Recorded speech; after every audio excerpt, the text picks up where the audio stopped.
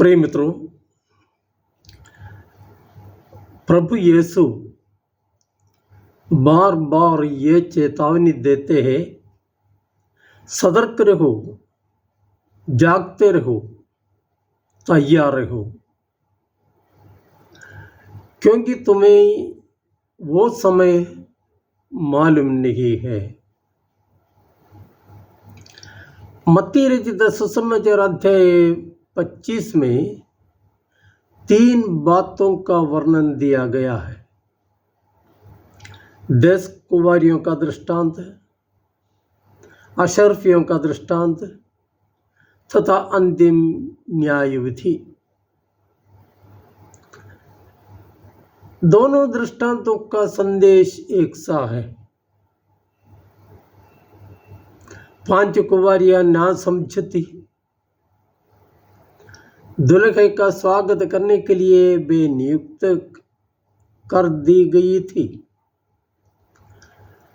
दुल्हे के आगमन का समय अनिश्चित था, इसलिए मशाल के साथ अतिरिक्त तेल रखना उनकी जिम्मेदारी थी। ऐसा न करना उनकी बुद्धिहीनता का प्रमाण था। दुल्हे के आने में देरी होने से मशाल बुझाकर सबका सोना स्वाभाविक मात्र था,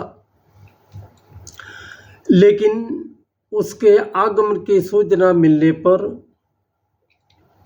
यह कुंवारियां मशाल जलाने में असमर्थ रही, क्योंकि तेल खत्म हो चुका था।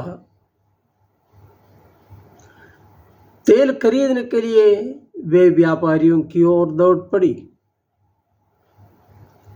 इतने में दुल्हा आ गया और अन्य 5 कुंवारियों ने, जिनके पास कुप्पियों में अतिरिक्त तेल था, मशाल जलाकर दुल्हे का स्वागत किया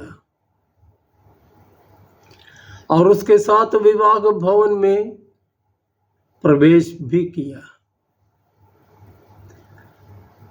ये 5 कुंवारियां समझदार थी। अपनी जिम्मेदारी के प्रति वे जागृत रही। अप्रत्याशित असुविधाओं का सामना करने को वे तैयार थी। अशर्फियों के दृष्टांत में भी करीब करीब इस प्रकार के मनोभाव का प्रदर्शन मिलता है।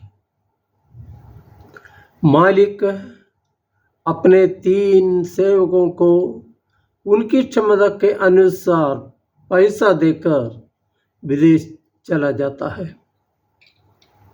एक को 5, दूसरे को 2 और तीसरे को 1 अशर्फी। पहले और दूसरे ने कड़ी मेहनत करके अपने को प्राप्त धन को दुगना कर दिया, जबकि तीसरे ने अपना धन छिपा रखा। वर्षों बाद जब मालिक लौटा तो पहले और दूसरे ने अपनी मेहनत का फल मालिक को लौटा दिया, लेकिन तीसरे ने मालिक को भला बुरा कहकर वही अशर्फी लौटा दी जो उसको दी गई थी। मालिक ने पहले और दूसरे सेवकों की ईमानदारी एवं कठिन प्रयत्न की तारीफ की और उन्हें पुरस्कृत किया, जबकि तीसरे की दुष्टता और आलस्य की निंदा करते हुए उसे दंडित किया। इन दोनों दृष्टांतों को सुनने के बाद ही प्रभु अंतिम न्याय करने की रीति पर प्रकाश डालते हैं। तुमने क्या किया? दूसरों के प्रति तुम्हारा व्यवहार, तुम्हारा आचरण, तुम्हारा रवैया कैसा था? यही न्याय विचार का मापदंड है। तुम्हारी ऊंची ऊंची योजनाएं संसार की दृष्टि में तुम्हारी बड़ी बड़ी कामयाबियां यह सब विचार की तालिका में जगह नहीं पाता है। न्यायाधीश प्रभु पूछते हैं, मेरे इन छोटे छोटे भाई बहनों के लिए तुमने क्या किया? इनके रूप में स्वयं मैं ही तुम्हारे सामने उपस्थित हुआ था। क्या तुमने मुझ भूखे को खिलाया?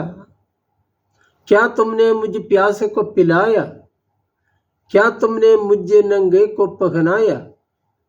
क्या तुमने अपनी क्षमता के अनुसार मेरी सहायता की? यह हमारे लिए गंभीर चिंता का विषय होना है। हम विवेक से काम करें। संसार की तालियां हमें स्वर्ग के वारिस बनाने में समर्थ नहीं है। परिवार के सदस्यों के प्रति, कर्म मंडल के सहयोगियों के प्रति, अपने अधिकारियों एवं अधीनस्थों के प्रति, हमारी दृष्टि में आने वाले दीन दुखियों के प्रति हमारा रवैया क्या है? बुद्धिमानी इसमें है कि सबके प्रति अपनी छोटी मोटी जिम्मेदारियों को ईमानदारी से पूरा करे और प्रभु की प्रशंसा पाए। जय यीशु।